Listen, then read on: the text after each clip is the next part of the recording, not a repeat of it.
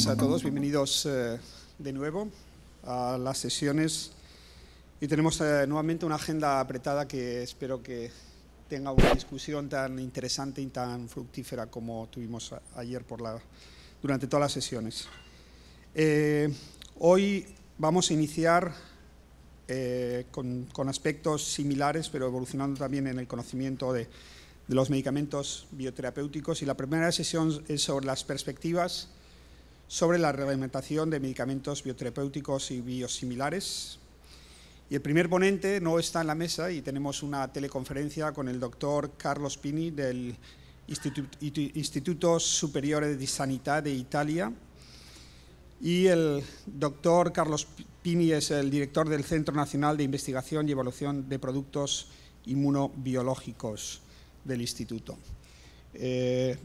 La presentación se va a hacer por teleconferencia, por lo cual después de la presentación tendremos la sesión de preguntas y respuestas.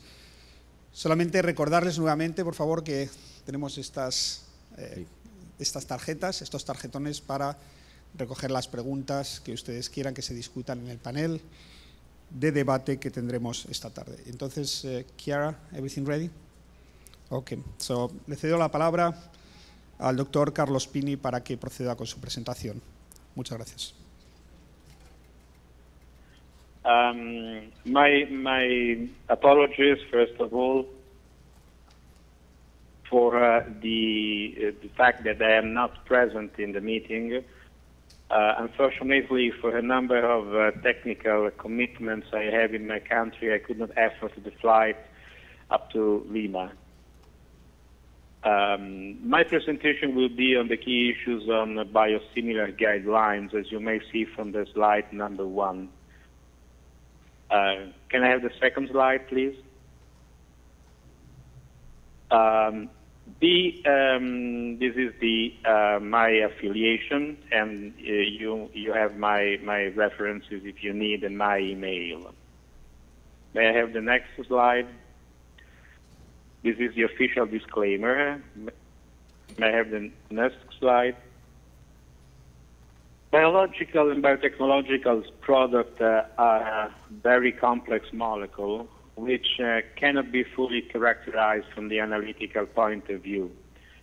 But those quality attributes are also largely defined by the manufacturing process. This is a very important statement which I guess has been already repeated and presented by various speakers yesterday and will be again touched during this day.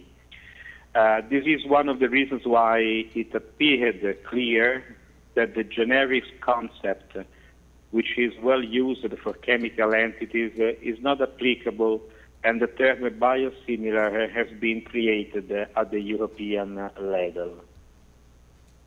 May I have the next slide? And in fact, this is the piece of legislation dealing with the biosimilar product in Europe. Again, I apologize. I don't know whether this is the first time you hear about this legislation, but it is clearly stated under Article 10 of Directive 2001/83 that where a biological medicinal product, which is similar to a reference biological product, does not meet the conditions in the definition of generic medicinal product, in particular when differences relating to raw material or manufacturing process are present, then we have to go to appropriate preclinical tests or clinical trials relating to these conditions, which have to be provided in the documentation during marketing authorization application. Of course, the type and quantity of supplementary data, so the amount of information, extra information that we have to provide besides quality, depends on the degree, on the level of biosimilarity which has been assessed and demonstrated at the quality level. May I have the next slide, please? Therefore, to support this biosimilarity approach, in which we have to start from the quality part of the process, just evaluating the comparison between the originator and the potential biosimilar product, is to fully characterize the biosimilar product in a comparative way with the originator. As I said, the first step is to make this comparison at the quality level, but also at the non-clinical and clinical level, as we will see later on during my presentation. Of course, the size of data, this is something which has been already said, but I think it's important to repeat it, is linked to the degree of similarity which has been demonstrated at the quality level. So the main point is we have to run a comparability exercise which should take place during the first step of the development of the biosimilar product. Because if we wait too long, then we might have some divergency between the originator and the potential biosimilar one, and this would lead to unnecessary experiments in animals or non-appropriate clinical trials if the originator and the biosimilar at the end could result to display some important differences. May I have the next slide? So again, this is important to be sure that from the quality point of view, the biosimilar product is comparable to the originator. And this is done, this evaluation is performed according to the comparability exercise concept, which at the beginning was originally developed to evaluate the impact of those changes which are introduced at the production process level, but within a single manufacturer. In other words, as you know, there are a lot of guidelines and approaches, which are ICH approaches, which are valid at the international level throughout the United States, Europe, and Canada, and Japan, which belong to the ICH process, in which all these concepts for the comparability exercise are very well described and established. Just to summarize, this comparative comparability exercise is based on a comparative analysis which is carried out at the level of drug substance and or drug product, using state-of-the-art suitable analytical approach. The same approach is followed with the issue we are talking about, which is the biosimilar products. But in this case, the comparability exercise takes place between the biosimilar and the originator. May I have the next slide, please? In Europe, the approach of dealing with biosimilarity and biosimilar approaches is handled by the European Medicines Agency. Since they are recombinant products, they are evaluated according to the so-called centralized procedure at the European Medicines Agency. And there are a number of documents, guidelines, and concept papers which have been prepared at the EMEA level. There are a few general documents which are defining the overall policy for biosimilar. There are some module-specific documents which are focused on specific biosimilarity aspects on quality, non-clinical, and clinical sections of the dossier. And there are, at the end, also product-specific guidelines and documents dealing with biosimilarity problems. And these are just examples like erythropoietin, growth hormones, and so on and so forth. There is also, I would say, one guideline, which is on immunogenicity, which is not specific for biosimilar product, but it is, I would say, applicable also to to biosimilar since it is applicable to all recombinant biological products. And we will briefly touch this issue of immunogenicity later on. As in any normal centralized procedure, the quality of the dossier, which is, as you may know, included in the so-called Module 3 of the Common Technical Document, which is an ICH document, this quality section is assessed at the end at the level of a Biologics Working Party, BWP, as you may see in the slides number 8, which is currently projected. There is also an ad hoc working group, which is the Biosimilar Medicines Working Party, which has been created mainly for clinical aspects. In any case, as it happens again for a classical centralized procedure, the final decision is taken by the CHMP. If I may have the next slide. There are also a number of important guidelines as I said, they are listed here, and they are dealing with, again, quality issues. You see here the reference if you want to take them from the web page of the EMEA. These are the reference for your information and for your use, if you are interested in reading the text as it is. May I have the next slide? Anyway, I would like just to go very briefly through these documents, underlining how they will be in the near future improved or modified, because for some of them a revision process is already undergoing. The first guideline on similar biological medicinal product is a so-called overarching guidelines. If I may have the next slide.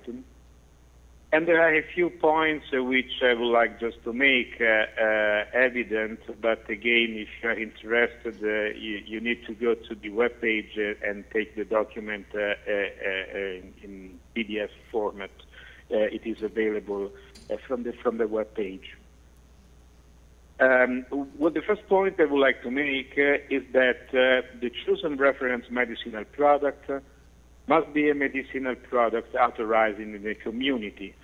So this is the first in the European community. So this is the first, in my opinion, important point to be considered when thinking about biosimilars in Europe. The same product, the chosen reference medicinal product, should be used throughout the comparability program for quality, safety, and efficacy.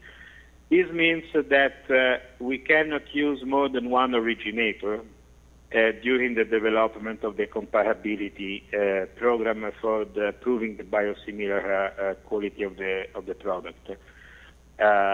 This is obvious, but it may be important to underline this concept, which is, in my opinion, quite important. And finally, the data which are generated from comparability studies may be with medicinal product authorized outside the community, because maybe the company has availability to test and to analyze products coming from the U.S. market, for example, or from other markets. This data can be used, but only as a supportive information. May I have the next slide? The other important point is, again, that the active ingredient of the biosimilar product must be as similar as possible from the biological and molecular point of view to the reference product. So this is the main obvious, again, concept. If I want to prove biosimilarity, I need to search from a product which is as much as possible comparable to the originator. But more important, the pharmaceutical form, the concentration and the administration route should be the same as the reference product. Moreover, the analysis of the finished product is, if available, in a suitable and useful amount and quality, for example, taking into account the problem that the finished product has excipients, maybe it's present in a very low amount in the finished product, and so on. Well, if these analyses are feasible and allow the characterization of the product itself, well, this is also important. We cannot limit our biosimilarity comparison at the drug substance level, but we also have to take into account that even a very well-defined characterization of both the finished product and the drug substance will not provide the developer of the biosimilar with any information on the process of the in-process controls and results which are obtained by the originator when originally developed the product. So in any case, it has to be taken into account what I have already said, that the biotechnological product is defined not only on the basis of its quality attributes, but also on the basis of the characteristics of the process and by the results of the in-process controls. This is, I have already mentioned this aspect, but in this specific context, I would like just to underline that it is clearly described in the guideline is an important aspect. May I have the next slide? This guideline, the overarching guideline I was mentioning, is under revision, and actually it is it will be published, or it has been recently published for consultation on the web page of the agency. And in the point I would like to make here, it's clear that there are a few attempts to make the guideline more clear in some points that we believe are important for applicants and also for assessors. In the new version of the guideline, we believe that the principles of biosimilarity may have to be explained in a clear way. We believe that in the current guidelines there are numerous terms which are not harmonized, and this is what has been done, in our opinion, in the currently revised draft guideline. And then there are a few comments which have been introduced to discuss the feasibility to follow the generic legal basis for some biological products. There are a few biological products for which somehow it can be identified now that it is even possible to move back to the generic concept, although they are biologicals, due to the very well defined and simplified structure of the molecule. So this concept is taken on board in the revised guideline. And there are other aspects which needs to be, in our opinion, which have been, in our opinion, rediscussed and refined in the new draft of the text. We have the next slide, and this is how it looks like. Yeah, actually, I was correct. It has been already released for public consultation, and we have to now get together again at the EMEA level to analyze all the comments which have been received by the European Medicines Agency by the end of October. May I have the next slide? So the main changes, just to summarize, is a clarification on the biosimilar approach, is again to stress that non-European economic area authorized comparators can be used only as a supportive data. But if we want to include information which may be very useful in the comparative, in the comparability exercise obtained with outside EEA product, authorized product, then we need to make a comparison not only between the originator and the biosimilar, but between the various originators, EEA authorized versus non-EEA authorized, plus the proposed biosimilar. So it's sort of a comparison among three molecules instead of a comparison between two molecules. But if this comparability exercise is done, well, at the end, these results can be used in the application. And the principles for establishing biosimilarity have been expanded and detailed. I hope that now several points in the overarching guidelines have been clarified. We will see from the analysis of the comment whether this has been the case or not. Then we have other guidelines, and I'm just quickly going through the quality guideline.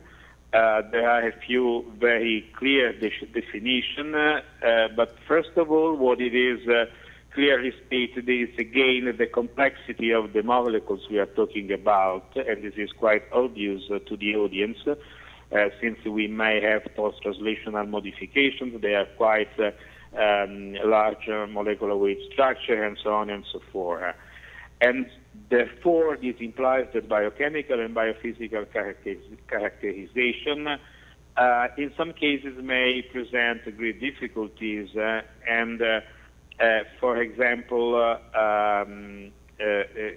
especially in those cases in which the company developing the biosimilar has no access to products which are to drug substance, for example, or even non-formulated material which can be easily analyzed, since it is quite well known that in some cases when you have a formulated material, the analytical techniques which are available, even if they are quite state-of-the-art, they do not necessarily allow to reach a good characterization of the biosimilar as compared to the originator.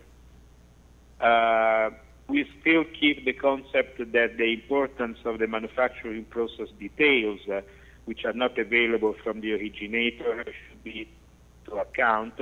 Again, the company developing the biosimilar should know that and should take into account this aspect. And there is also the issue of immunogenicity of the biosimilar product, which has to be somehow compared with the immunogenicity of the originator, which is quite a complex aspect, which somehow has to be taken again into account during the quality comparability, as it is mentioned in this quality guideline. And again, there is a strong reference to the comparability guideline, which, as I said, is an ICH guideline. May I have the next slide? This is how the comparability exercise at the quality level guideline looks like. You are quite familiar with it. May I have the next slide? Again, the other aspect which I think is quite important to describe in a short time is what is intended in Europe in terms of comparability exercise. As you know, as I have already mentioned, it is an ICH guideline, so there are no specific interpretation of these guidelines which may differ from what is in other areas of the world. The exercise is originally considered between a product pre-change and post-change during the manufacturing process. Therefore, the first point is to identify suitable quality attributes which may be touched by the modification from the modification in the manufacturing process, for example, and then I have to compare these quality attributes in the product pre-change and in the product post-change. Of course, the comparison has to be quite extended, and the battery of tests for this comparability exercise, which is deeply mentioned in the quality biosimilar guideline, is of primary importance because if we use a suitable battery of tests, carefully selected, we have the chance to identify potential differences between that specific quality attributes between the pre and post change, as it is in the comparability exercise guideline, but of course between the originator and the biosimilar. And of course, what it is stressed in this comparability guideline is the fact that we need to use more than one analytical procedure to evaluate the same quality attribute. But this is again something which is already familiar to you because it comes from the ICH guideline on comparability, which is considered quoted in the biosimilar product guideline quality. If I may have next slide number 19. Also, this quality biosimilar product guideline is undergoing a revision process, like the overarching one, and this is the how it looks. It looks like the document which has been already distributed for public consultation, and we have already closed the consultation period, and we are in the process of reassessing all the comments which have been received. May I have the next slide, number 20? And similarly to what I have already said, I would like to give just a very short message on the changes which have been introduced in these revision. There is a better clarification of formulation issues. The comparability section is enlarged. The concept of quality profile has been introduced. There are a few changes in the terminology, and there are also clarification that minor differences can be acceptable in the currently available guideline, and the message somehow clear, somehow hidden between lines, that the product to be at the end really identical, and this is something which cannot be easily handled. And therefore, the presence of a potential quantitative and qualitative differences are also discussed. I have the next slide. I'm reaching the end of my presentation. There are also non-clinical guidelines on biosimilar product, as I have already anticipated at the beginning of my speech.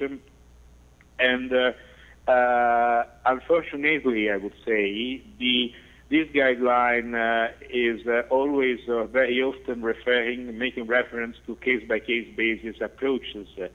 So there is actually no real clear guidance on what to do with non-clinical studies when we compare originator and biosimilar.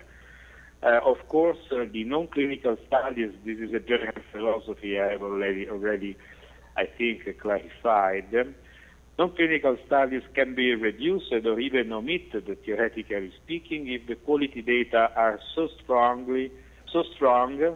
to support a full biosimilarity. But again, this is a theoretical concept. In my experience within the EMEA activities, there are no dossiers which have been so far accepted with no non-clinical studies. And of course, in vitro and in vivo surrogate tests in relation to specific aspects are encouraged, and the real important aspect is that animal models identical to those used by the originator should be set and should be used by the developer of the biosimilar product. Next slide. The same concept applies to the clinical guideline, in which we have, and I would like to stress mainly the point of immunogenicity. Of course, the originator and the biosimilar product must show the same efficacy profile, and to help the developer of these biosimilar products, there are, as I said, a number of product-specific guidelines already published by the EMEA. If I may have the next slide. Also, the non-clinical and clinical guideline on biosimilar product is under revision. For the moment, the concept paper is available, and it should be followed by text, which may somehow become public in the near future. If I may have slides number 24.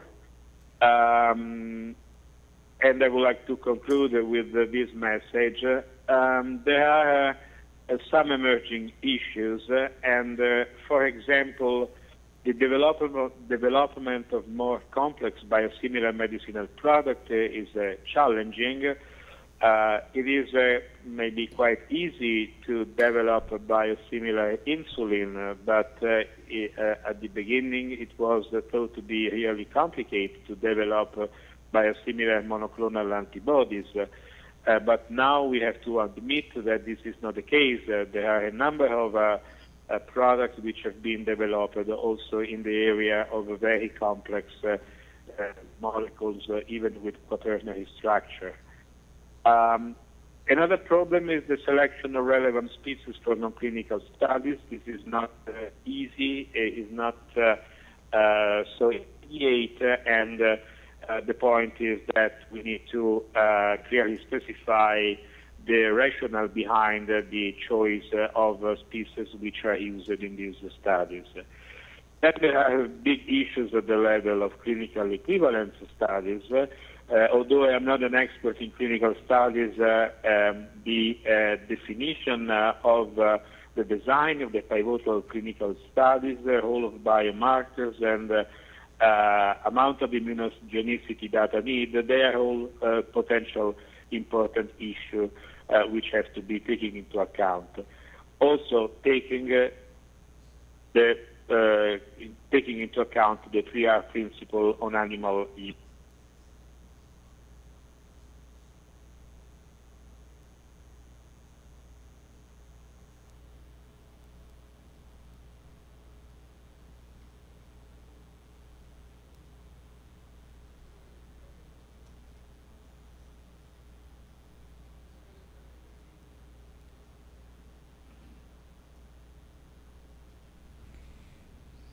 So we have a technical issue with the teleconference now.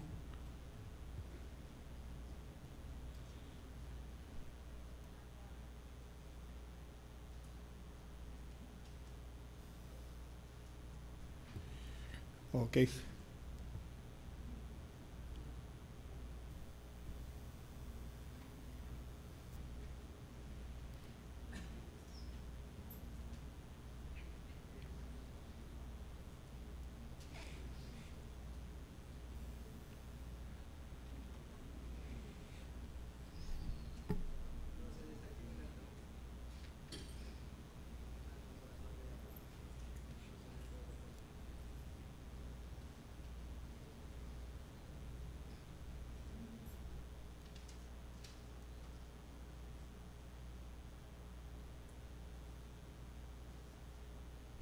Okay, we'll wait a couple of minutes.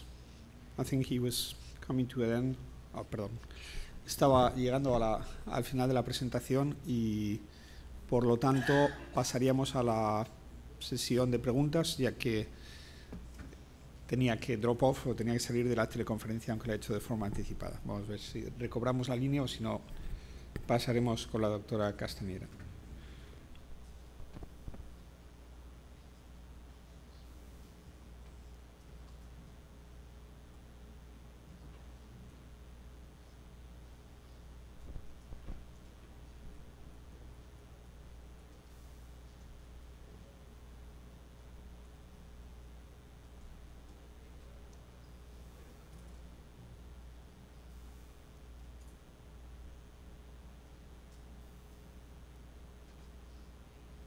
Sorry for this inconvenience.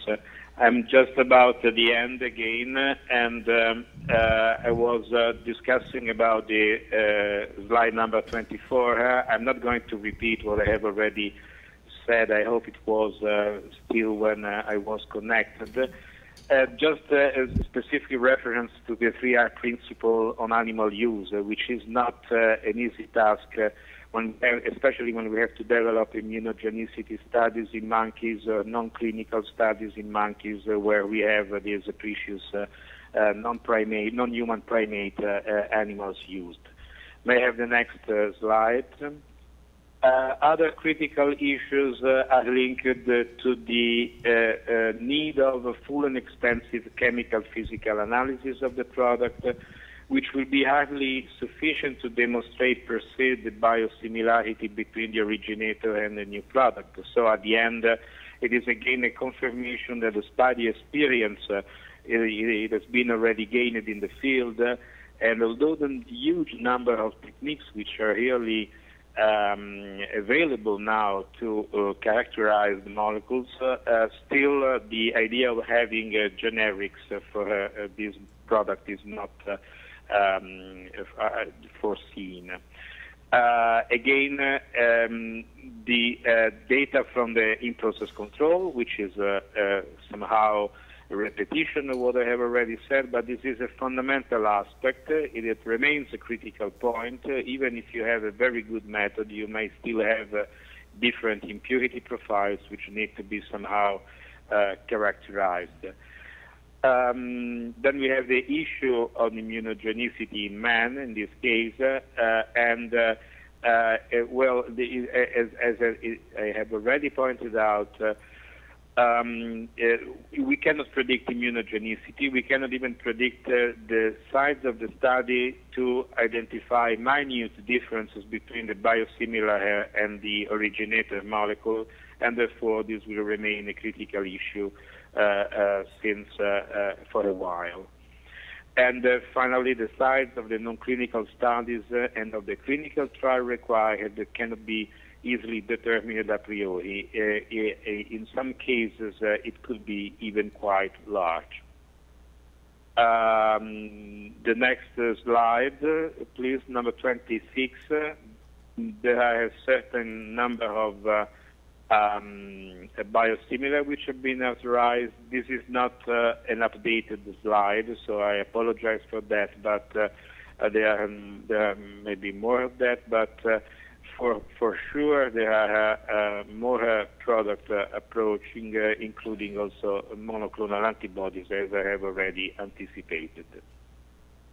This is my last slide.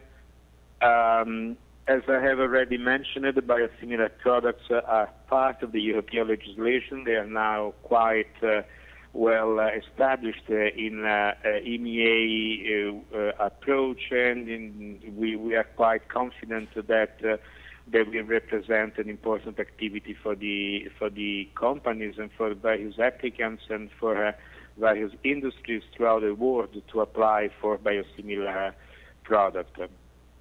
There are a number of guidelines available. We have already discussed about that.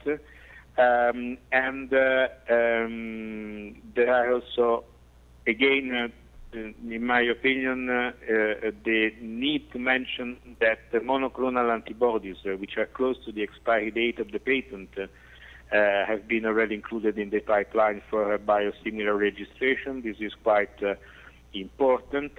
And final conclusion, just to be really clear, it has to be clarified that in Europe, the marketing authorization process for this product at the European Medicines Agency does not foresee any less stringent assessment of the quality, safety, and efficacy of a biosimilar product as compared to what is done for an originator. So the same amount of attention to the details, the same type of process, the same timeline, the same procedure. There are no specific difference in the assessment that we perform for a biosimilar as compared to originators. And at the end, this means that when a biosimilar is approved, actually, it is really as good as the originator and as good as any other product which is approved through the centralized procedure in this specific case. This was my last slide. I hope it was clear, and I again apologize for my absence in Lima, and I'm ready to take questions now, if possible, due to other commitments I have later on.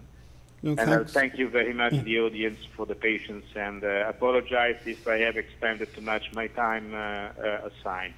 Thank you very much.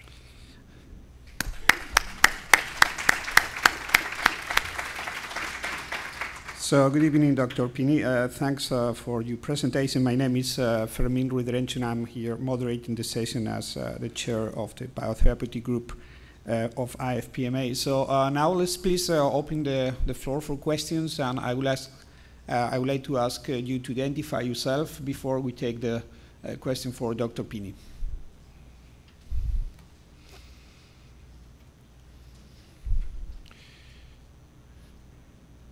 Okay, it seems there are no questions, but I have a question for you, Dr. Pini, because yesterday evening we had extensive discussion on some of the clinical development requirements for biosimilar antibodies, and we discussed the concept of sensitive population, and there was a question on the recent approval of the infliximab biosimilar by EMA, and I think we understood the broad extrapolation and based on the study on sensitive population. I think the question was more on the post-marketing and the risk management plan. I think I got a couple of people coming to me that couldn't understand very well why EMEA has asked the sponsor or the marketing authorization holder of infliximab biosimilar to perform a double-blind randomized phase 3 study in non-inflammatory bowel disease. So could you clarify, because this is kind of unprecedented in compared to, it's an extensive risk management plan, but the need to perform a double-blind randomized study in an approved indication was not easily understood by some people. So can you elaborate on that? What is the EMA position on this new development of this risk management plan? Well, first of all, I have to clarify that I had some difficulties in hearing the question. I understand was on the amount of clinical data and on the type of study which are required. I understood about monoclonal antibodies. No, exactly. I'm not sure.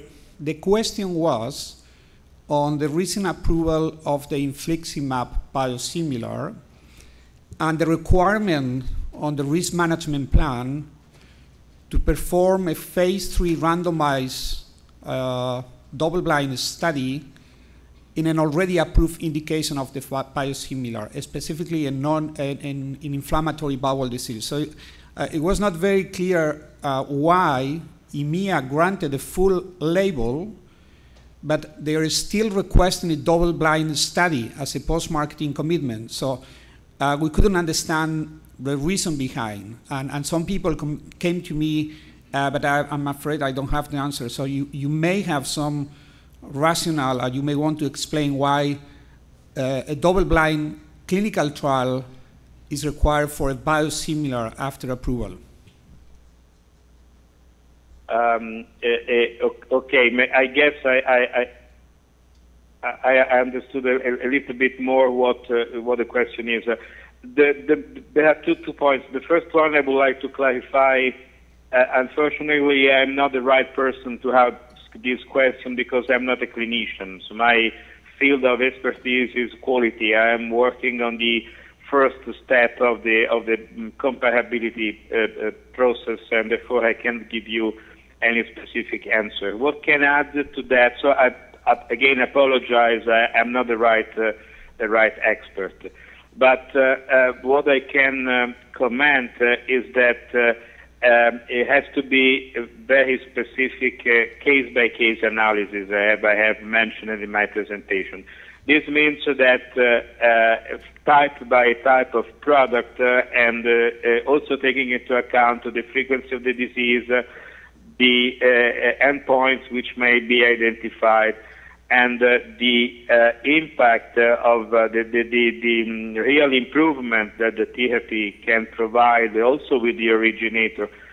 These are things which need to be taken into account. So in the specific point, in the specific, with the specific product you mentioned, which again I think it's quite important to take into account. Maybe that the specific requests of the specific issues which have been raised should be or could be better discussed or better justified. Again, I cannot enter in the detail of the question because I'm not a clinician. Okay, thank you. I think there was anybody else who had a question? Please identify yourself and then ask the question. Just hold on a second. We're trying to find a microphone for the next question. Hi, Jim Wong from Health Canada. I think that's to follow that question, why after full authorization for all indications, the sponsor, there is a requirement to do the post-marketing requirements. According to Martina Weiss from EMA last week at DIA Biosimilar Conference, what she said is not really the commitment EMA required. It is companies' decision to do a post-marketing study to address some concerns. I think separate from that question, what we have heard is that some physicians have concerns that to use also as biosimilar in that indication. I think the company probably want to address that concerns, so they decide to do the study. It's certainly planning to do, so they haven't started yet. Okay, thank you very much for the clarification then. Any other questions? So we have another question here, please.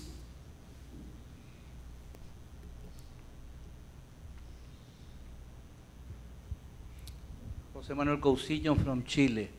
Dr. Pini, I appreciate that you make reference about the naming of the biosimilar products in Europe in front of the discussion that the international non-proprietary names has in this moment. Your opinion is very important for us because yesterday we discussed this point intensively. Thank you. So is there a question, Jose Manuel, or is it a statement for him? It's a question for him. Okay. Again, I apologize. The sound is very poor, at least the way in which I get it. Can you repeat the question? Sorry for that. There is a strong echo, so I cannot. I would like that you refer about the naming of the biosimilar products in Europe in front of the discussion that the international non-proprietary names has been in this moment in several documents that any person can find about the situation of the naming of the product, this type of product in the future. Particularly, I would like your opinion on the situation of Europe in this moment. Apologies, I cannot really understand. Sorry, I don't know why. I will try the last time and see if we. Okay, so listeners. Okay, the line was very poor. Anyway, let's thank you, Dr. Pini, for his contribution. I think there's some technical challenge. Always there is a risk, but I think it was delivered clear and loud, his message as well. So now let's move to the. Pasamos al siguiente speaker. La doctora Laura Castañeda nos hablará de la reglamentación de los medicamentos bioterapéuticos en Brasil. La doctora Castañeda es la directora de la evaluación de seguridad y eficacia en Anvisa. Gracias. Good morning. I can understand Spanish, but I cannot speak well, then I will speak in English. I will talk to you about our approach to regulate biological products in Brazil. We have a general law that establishes that every product must be licensed in Brazil to be commercialized, including biological products. Then, only in 2002, we issued our first regulation related to biological products, but this regulation had the same approach for new products and for copies, and this regulation established that the companies need to present phase 3 studies for new biologicals and for copies. Before 2002, we had some biologicals that were licensed without all the clinical trials. Then in 2005, we issued our second regulation related to biological products that has almost the same approach for new products and for copies. In this regulation, it was established that for copies, the companies must have phase 3 non-inferiority studies comparing the copies with the new biological products. And then in 2010, we issued the resolution number 55, that is our current regulation. And this regulation has a specific approach for the copies. And I will explain better this approach later. We have different types of biological products, including vaccines, serums, blood products, biomedicines, monoclonal antibodies, medicines that contain live, attenuated, or dead microorganisms, probiotics, and allergens. This is our regulatory acts related to biological products. We have general, sorry, it's not possible to point, but we have our general law, some specific regulations related to market authorization and post-market changes, and other regulations related to specific types of biological products and to quality control, GMP, and other things. All these regulations can be found in our website in Portuguese and some of them in English too. In Brazil, we do not use the name biosimilar because we have, for drugs, for small molecules, we have the generics and we have the similar drugs. These similar drugs, now they will, in 2014, they will be like brand generics, but before that, they don't have all the clinical data that are necessary. Then we prefer not to use the terminology similar to biologicals because of that. It's like a political problem. It's not nothing than there, but we prefer not to use the terminology biosimilar at this moment. And then we have the new biological product. That is the first molecule with a non-biological activity that is licensed in Brazil. And then the second, the third, and the fourth molecule with the same biological activity is named biological product. Then in Brazil we have new biological products and biological products. Maybe in our next regulation, it can change a little. And in Brazil, we have 3 paths too, like in Colombia, but it's not the same approach. We have in yellow, the approach for new biological product that is a standalone path for development. The data package is based on a complete dossier with all information related to quality and clinical part, the CMC and the clinical part.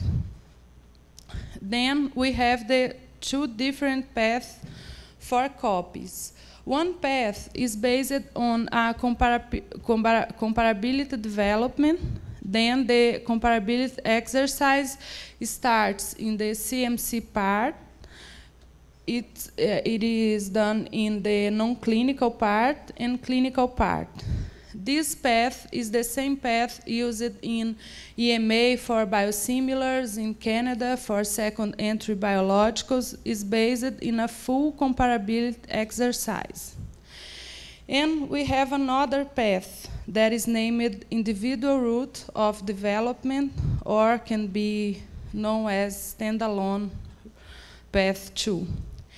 This path is based on a data package that is a complete dossier, and comparative phase 3 studies are mandatory. The company can do the other steps without a comparability exercise, but in phase 3 studies, the gold standard for the comparability in the clinical trial will be the new biological product. I will explain it better in other slides. This path we consider that is necessary because in the developed countries, the agents and the companies, they have very different situations that we find in developing countries, in emerging markets, because normally the big countries, sorry, I don't know, I cannot breathe well. I think it here is very high related to the sea levels, and then sorry. In Brazil, we receive products from USA, from Europe that follow the regulation in FDA, in EMA, in Canada, in Australia. Then they have all the data package based on a comparability exercise.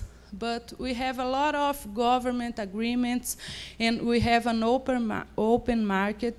Then we receive some products especially from Asia and from some countries from Latin America and other developing markets. Then these kind of products, they have some data. Not all of these data are based on comparability exercise, but this information must be considered. Then we find a way to consider that in this path, and I will give you an example. I think it will be better to understand. In the comparability path, as I said, is the regulatory path that can be used to license a biological product based on a comparability exercise in terms of quality, efficacy, and safety.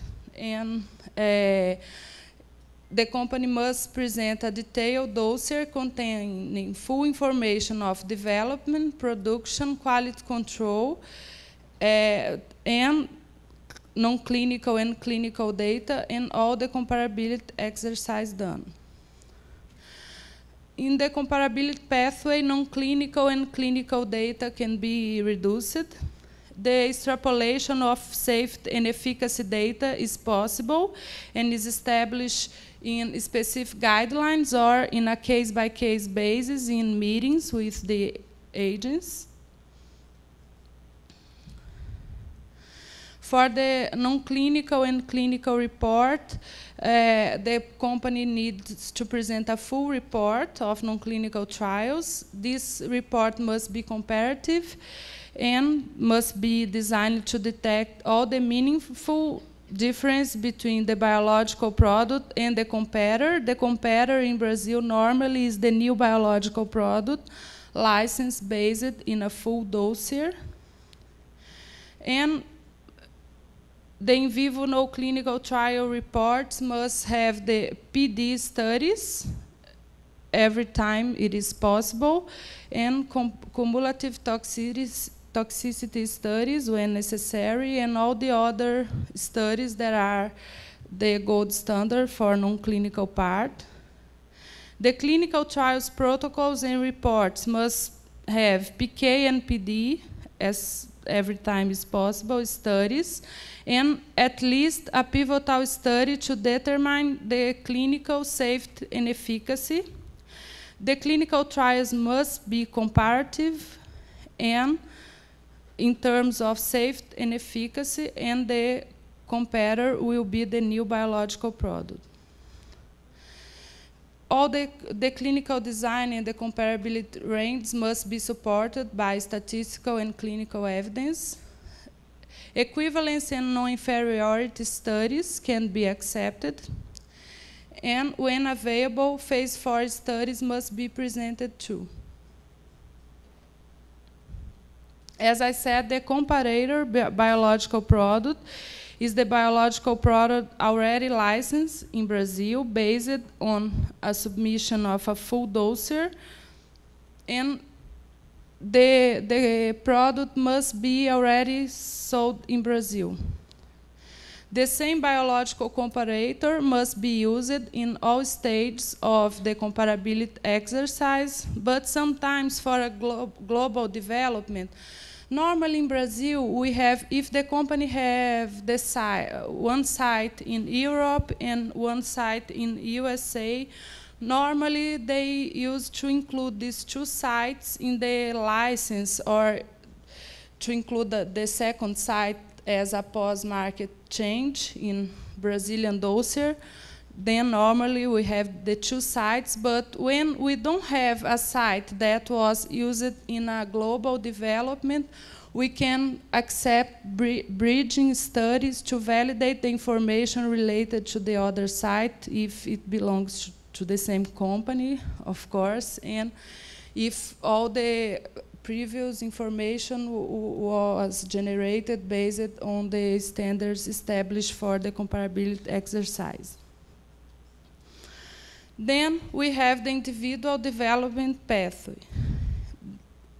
And as I said, the company needs to present full data on development, production, quality control, and non-clinical and clinical data to demonstrate quality, efficacy, and safety of the product. It's like a standalone path. All the CMC data must meet the quality standards that are already established for the product that will be licensed. the extent of non-clinical studies can be reduced because we know the molecule, and normally we don't need to do all the non-clinical studies, but the key studies like repeated toxicity, some PK, PD, when possible, we will always require.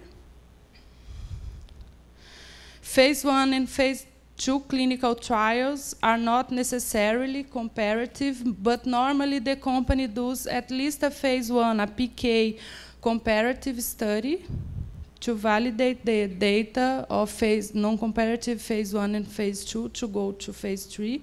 I will show it in the example I will give.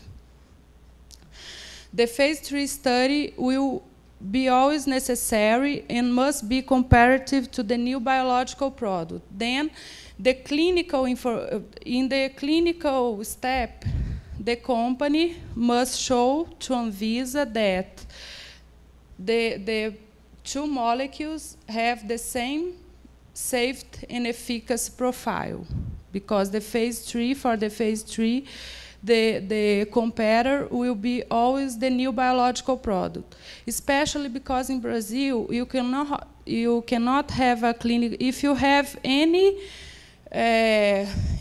therapeutic option available, you need to use the best option as a comparator for a clinical trial.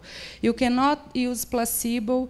We are having a lot of problems with new monoclonal antibodies for RA, for example, because the companies want to use methotrexate as the comparator, but we know that that population fails to methotrexate. They need to use a monoclonal antibody with the MTX, and the company don't want to choose a new monoclonal antibody to use as the treatment.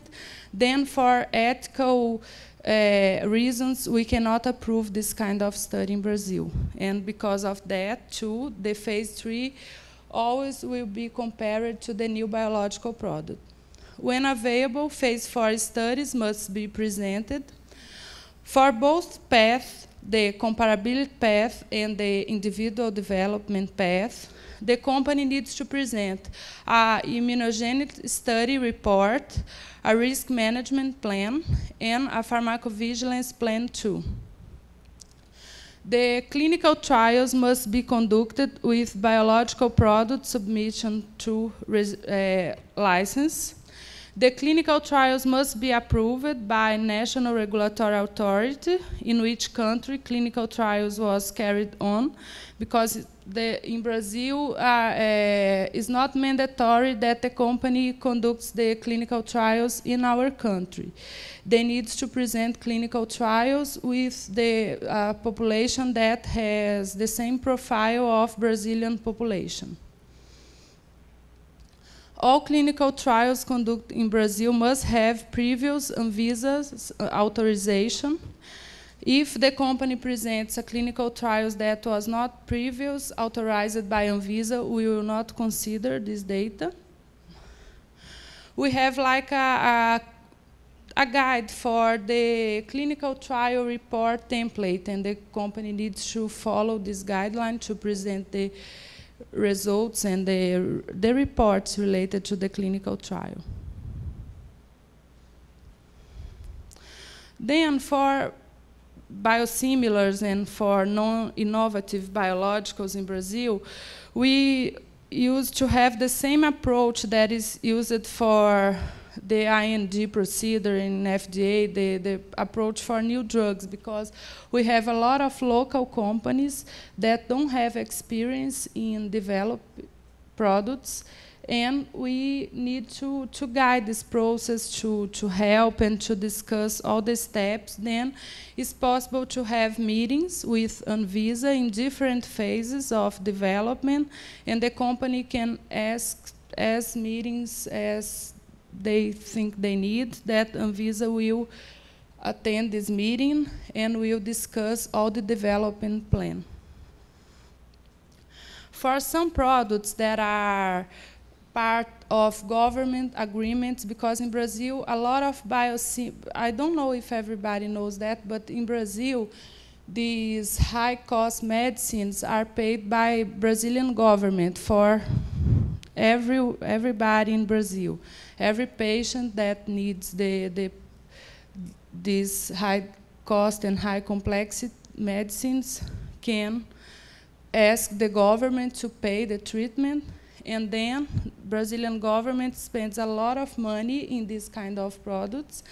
And one way that they found to have more access of these medicines is to have local production. And one way to have local production is to start a technology transfer process with other big companies that already have these products. And for these products that are part of government agreements, that are part of our Ministry of Health programs, we can have technical regulatory committees that are in these technical regulatory committees. We have Anvisa, we have the National Regulatory Authority of the country that is giving the technology to Brazil, and the two companies involved in the process. We have a working plan that covers all the steps and all the phases of the technology transfer process. We can have at least 2 meets during the year, normally one in the middle of the year, like July or August, and another in November or December. But during the year, we can have specific meetings depending on the development phase that the companies are. And these technical regulatory committees are used to access and address critical issues during the technology transfer process. The products that are part of the technology transfer process, they can present all the documents in Anvisa in different steps. Then they can have the dossier assessed in different times, and normally when they present the last information related to the license dossier, in a very short time, like 1 or 2 months, they have the answer about the license of the product in Brazil. As I said, I will give you an example about the regulatory approach for the individual development path. I have an example of a fusion protein that is indicated for RA. This product came from China, is part of a technology transfer agreement with a Brazilian company. And then this Brazilian company presented a dossier. In the first time, they tried to follow the comparability path, and they failed. Then we said they need to follow the individual development path, but it was not possible to give the marketing authorization at that moment. The company needs to do more clinical trials, and I will explain. They presented the CMC part. Not all the assays were done in a comparative basis, but they used redundant methodologies for the same parameter. They used enough number of batches to characterize the product they intend to license, and this product met all the requirements and all the patterns already established for this molecule that are in public domain that we can find in publications. The company did the non-clinical part in a non-comparative basis, but they did all the key non-clinical studies. They used different species. They did all the toxicity studies. They did PK studies. They didn't have PD because it's not possible. and then they present a phase 1 study. Actually, sorry, 2 phase 1 studies, one with 36 health volunteers, male volunteers, another with 57 health volunteers, but these studies, sorry, and 3 studies, and another with 30 patients. But these studies were not comparative to Enbrel, that is the reference product in Brazil for this molecule. But they compared with some data that are published, and they show that is similar. They show the similar PK profile. Then the company present some phase 2 studies. They did a dose response study.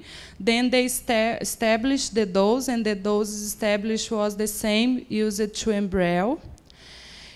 And in phase 2 study, methotrexate was the comparator and not Enbrel. And then they present a phase 3 study that was an open study with almost 600 patients, but they used the biological product that they intend to license, that I named PFX here, and the comparator was methotrexate. They used the right endpoint, ACR20. They have all the safety evaluation, and they did an immunogenicity step, but only for 6 months, and only for 100 patients, around 100 patients. Then this immunogenicity study was not considered okay because the time is not enough, because for Enbrel, you start to find immunogenicity reactions only before 1 year. And the incidence, I think it's around 15% at maximum. Then 100 patients will not be enough to find anything. And the comparator was not the right comparator, because methotrexate is not the gold standard. This product intends to replace Enbrel in Brazil. Then the product needs to prove that it has the same safety and efficacy profile that Enbrel have.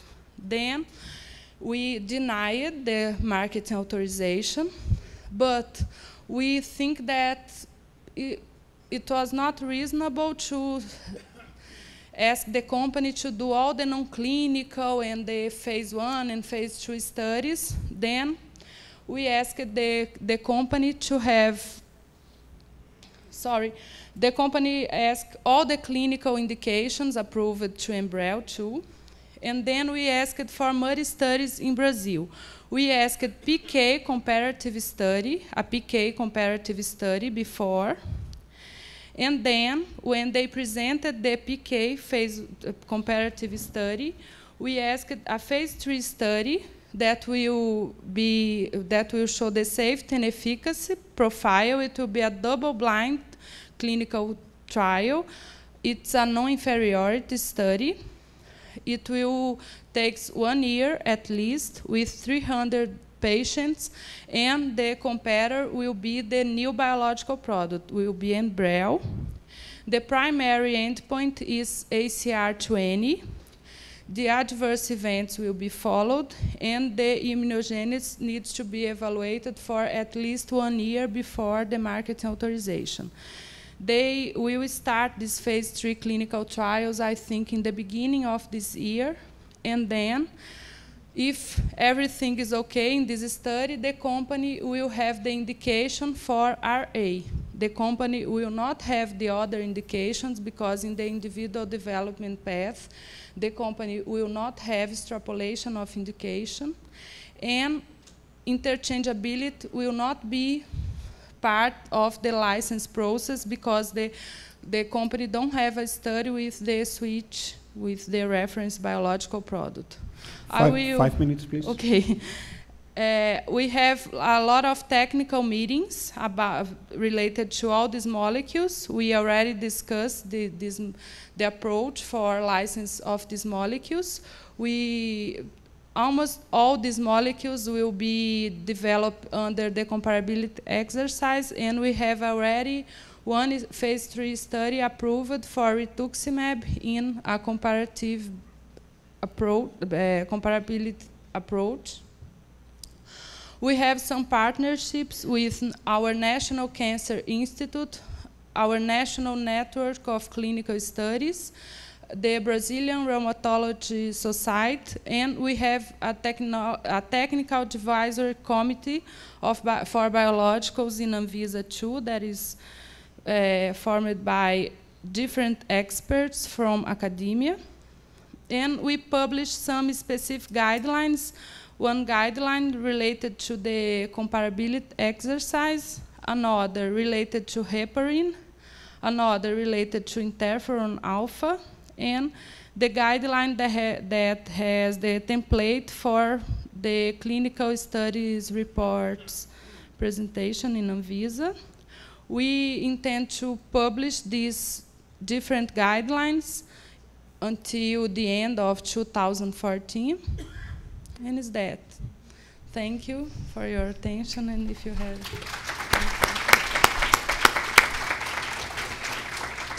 Muchas gracias, doctora Castañeda. Pasamos a la sesión de preguntas.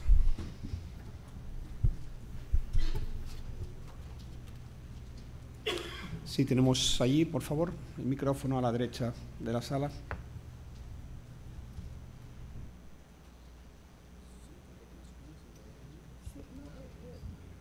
Buenos días, mi nombre es Olga Melo de Colombia. Tenía una pregunta para la doctora Castañeda. Viendo esas 3 rutas de evaluación de productos biológicos, la pregunta era en cuanto a los estudios fase 3, clínicos comparativos, ¿hay alguna diferencia en cuanto a requisitos o exigencias en el diseño o en el número de pacientes, comparando la ruta de desarrollo propio con la ruta de comparabilidad? Normally, for the individual development route, you used to need more patients, and sometimes the endpoint will not be the same. For example, I think the individual development route will not be suitable for products that monoclonal antibodies for oncology, because in the EMA guideline for the comparability exercise, we can have some endpoints that are not the endpoints used for the new molecule, but they can be used because they are based in a comparability exercise in the CMC and the non-clinical part. And for the individual development route, this is not true.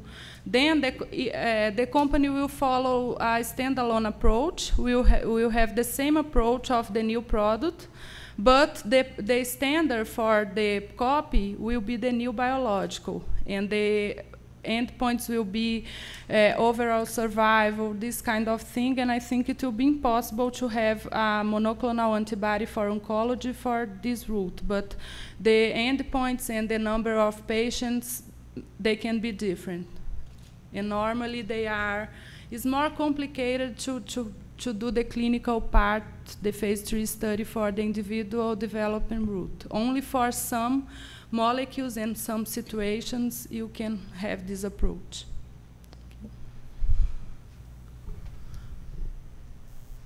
Tenemos una pregunta por el doctor Trujillo.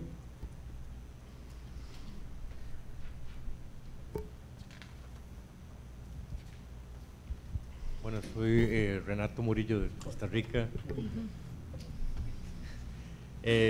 La pregunta, bueno, tengo muchas preguntas, pero voy a hacer solo una. Es respecto a esta ruta de desarrollo individual, ¿ustedes han tenido conversaciones con la OMS para ver qué opina la OMS respecto a esta ruta? Esa es la pregunta. Yes, we are part of the PAHU group, the Pandra group, that is responsible for biotech. A person from Anvisa coordinates this group.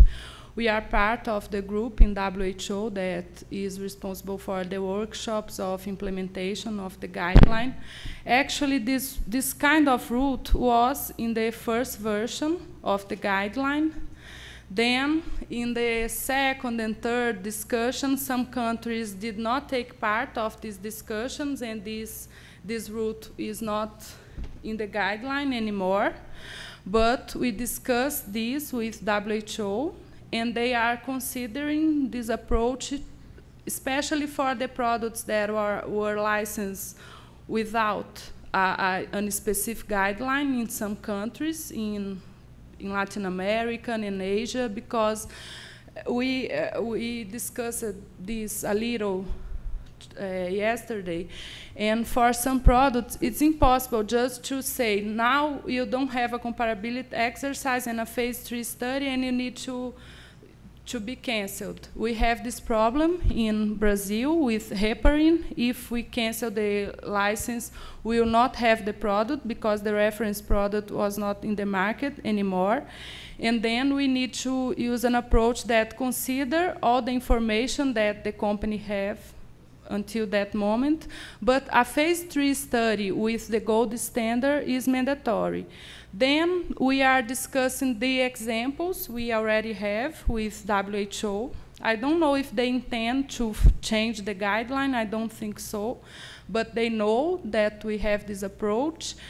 They know that in some cases it's possible. And I think we need to be very careful because I heard some names like non-comparative biologicals, intended copies for biologicals.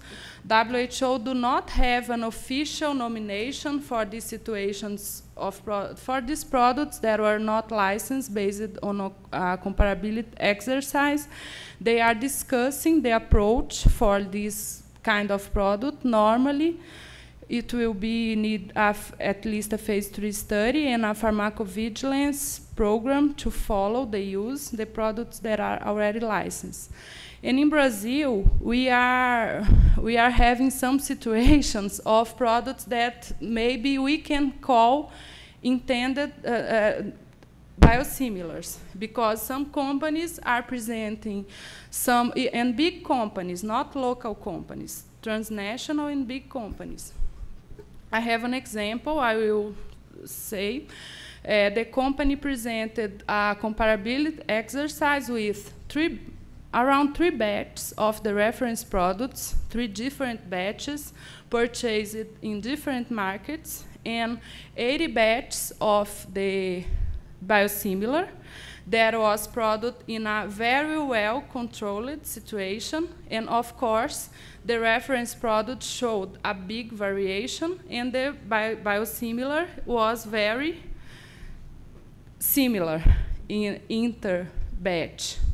And they did not use the most sensitive assays, and they have a clinical approach that will be a study for RA, but the endpoint will not be ACR20, it will be DAS.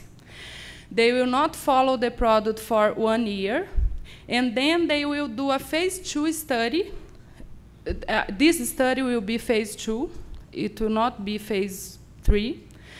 They will do another study for oncology, and then they will, because this product can be used for RA and for oncology.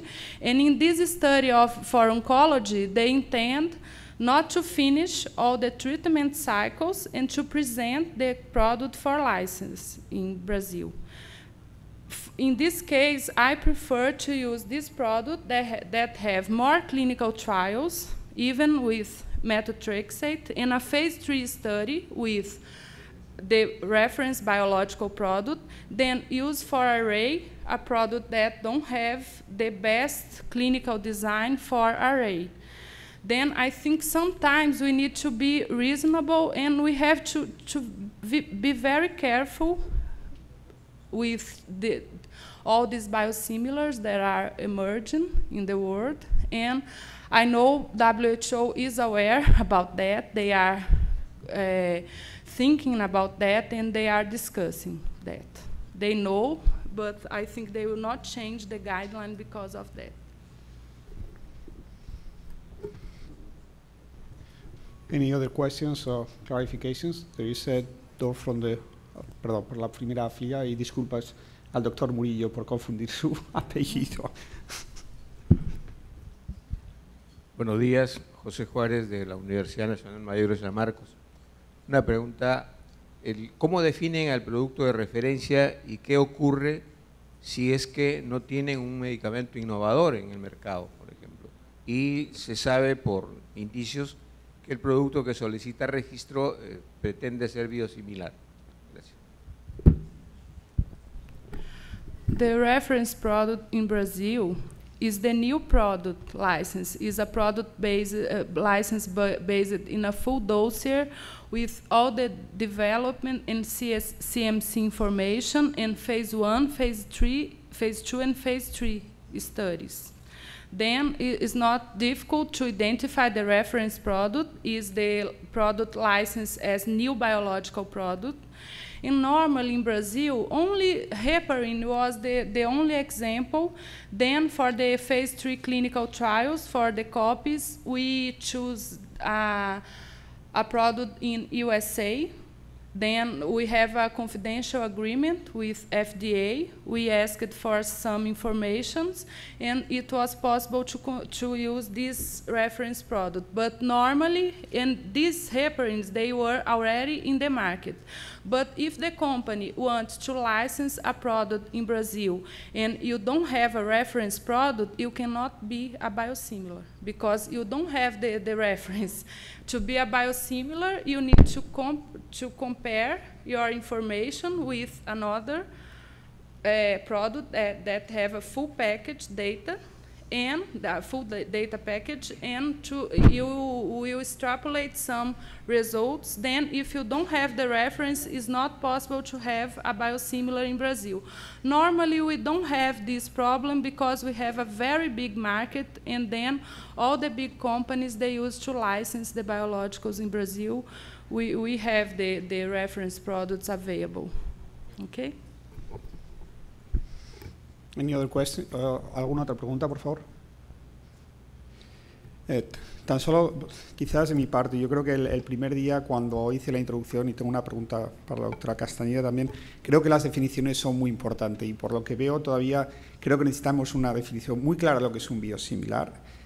Creo que ayer presentamos un poco, se discutió la situación de los productos biológicos que han sido aprobados por la vía genérica o cuando no existían, y esos productos requieren una denominación que son, en principio, y ayer se mencionó intended copies por el doctor Castañeda, se ha mencionado non-comparable biologics, y creo que requerimos una definición para los productos que se van a aprobar, como el caso de Brasil o otras agencias, por una vía standalone, con una vía independiente, que no tenemos una definición. Cada uno presenta, yo creo, características regulatorias y desarrollo diferentes, y de hecho la vía standalone está reconocida también en Estados Unidos. Se puede hacer un full BLA para los productos biológicos, pero la FDA ha tomado una posición muy clara, por ejemplo, en cómo se van a llamar esos productos, es decir, la aprobación de un producto que es filgrastim, que se ha desarrollado por el standalone, lleva un prefijo que se denomina TBO filgrastim para identificar que el producto no es un biosimilar, que es un standalone. ¿Cuál es la posición de Anvisa? Anvisa, y creo que el tema del naming lo vamos a discutir más tarde, pero ¿cuál es la posición de Anvisa para nombrar estos productos? ¿Van a tener el mismo INN? Y desde el punto de vista también lo que sería las indicaciones del prospecto, ¿es algo que se ha discutido? ¿Está recogido en las guías? ¿O cuál sería la posición de Anvisa en esa solución, en estos nuevos productos que van por la vía standalone y que, bueno, no hay una clara definición de su denominación? To present the dossier in Anvisa, we have different identifications, and then when Anvisa publish the license, it will be very well defined. In the technical information that is part of the product, it is in the insert, the leaflet, it will be very clear that the product did not follow the comparability exercise and the product is based on a standalone development. It will be very clear that this product don't have extrapolation of indication for biosimilars and for the non-innovative biologicals. The interchangeability will not be part of the market authorization if the company don't have a specific clinical trial for that. It will be identified too. Anvisa do not use INN. We have a Brazilian common denomination that can consider INN, but considering the public consultation and this version of the guideline for biologicals of INN, maybe we will not consider INN because we think to have letters and this kind of things to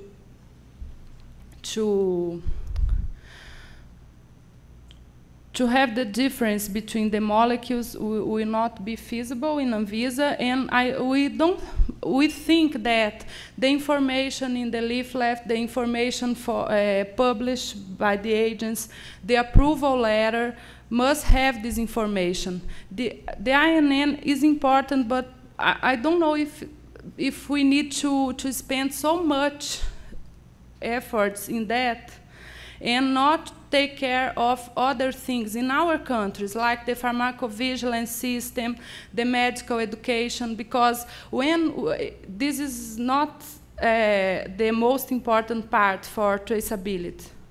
When they notify adverse events, they don't put the name or the INN or specific letters. Normally, you have the brand name, normally you have the batch name, then it will be very clear in the approval letter, in the